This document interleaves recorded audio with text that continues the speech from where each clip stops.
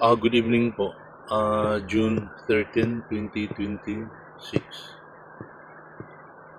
Malakas ang ulan.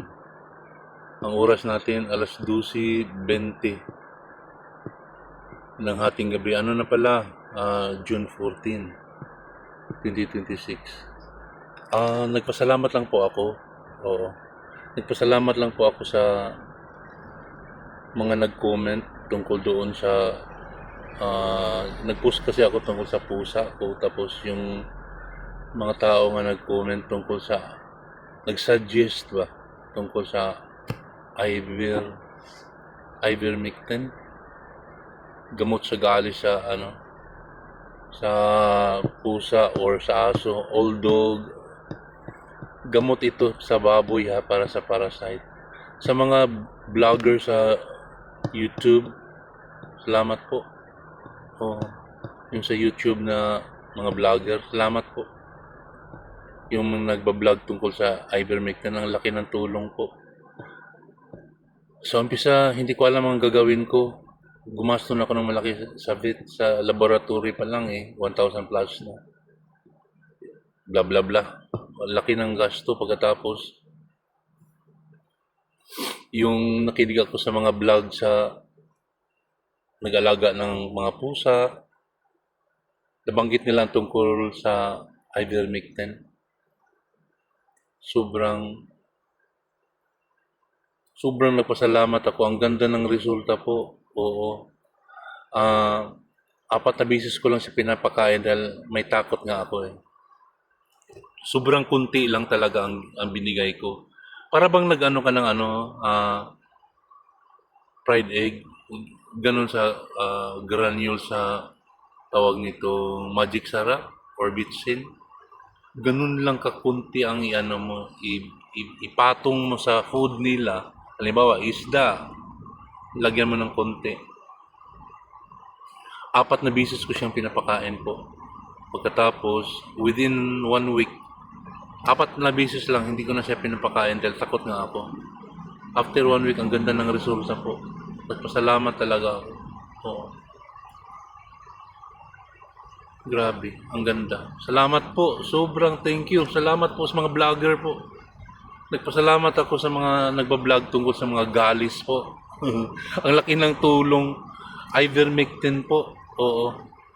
Sa dulo ng video na to, i-ano ko sa iyo yung tsura niyan.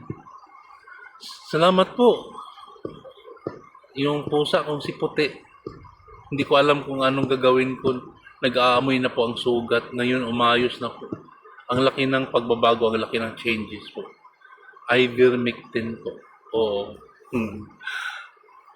Parasite siya sa baboy, yung bang gamot siya sa mga parasite sa baboy. Tapos, iwan ko sino naka-discover niyan. Ang laking tulong po. Salamat sa mga nabablog sa ivermectin. Salamat po. So, kayong may mga alagang pusa at aso, mapamahal po kayo doon sa sa vet. Ang mahal po. Sobrang mahal. I-try niyo ang ivermectin po. Oo. Kunting-kunti lang. Huwag marami po ha, delikado sa ang side effect po sa baboy, sa sa pusa at sa aso po. O pag sobrahan hindi maganda. Sobrang kunti lang po. O, gamot siya sa baboy, part ivermectin. Okay. Tingnan mo ang iano ko sa inyo. Ito yung dati niyang itsura, nag-aamoy na si Puti. Oo, lumulubo na yung mukha, na-deform na. Pagkatapos, ito, nag, nagbago na siya after 1 week. Yung changes, ang ganda na ng resulta po. Oo, salamat, di ba? Oo. Sige, salamat po. Thank you, thank you. Salamat. Apat na beses kong pinakain ng ivermectin after 1 week. Ang linis na po ng itsura niya. Salamat po. Thank you. Okay na? Okay na yung sakit? Kahit pa paano. Umayos na po. Salamat. Ayan. Salamat naman po, Lord. Salamat, Lord. Salamat. Ito po siya. Pero pag bigyan mo ang pusa o aso mo, sobrang konti lang, isang dakot lang talaga. Sobrang konti lang, isang dakot lang. Parang nag-ano ka lang, yung magic sarap sa itlog. Napakakonti lang dahil pag masubrahan, hindi maganda ang epekto sa pusa at aso. Para sa baboy po kasi ito eh.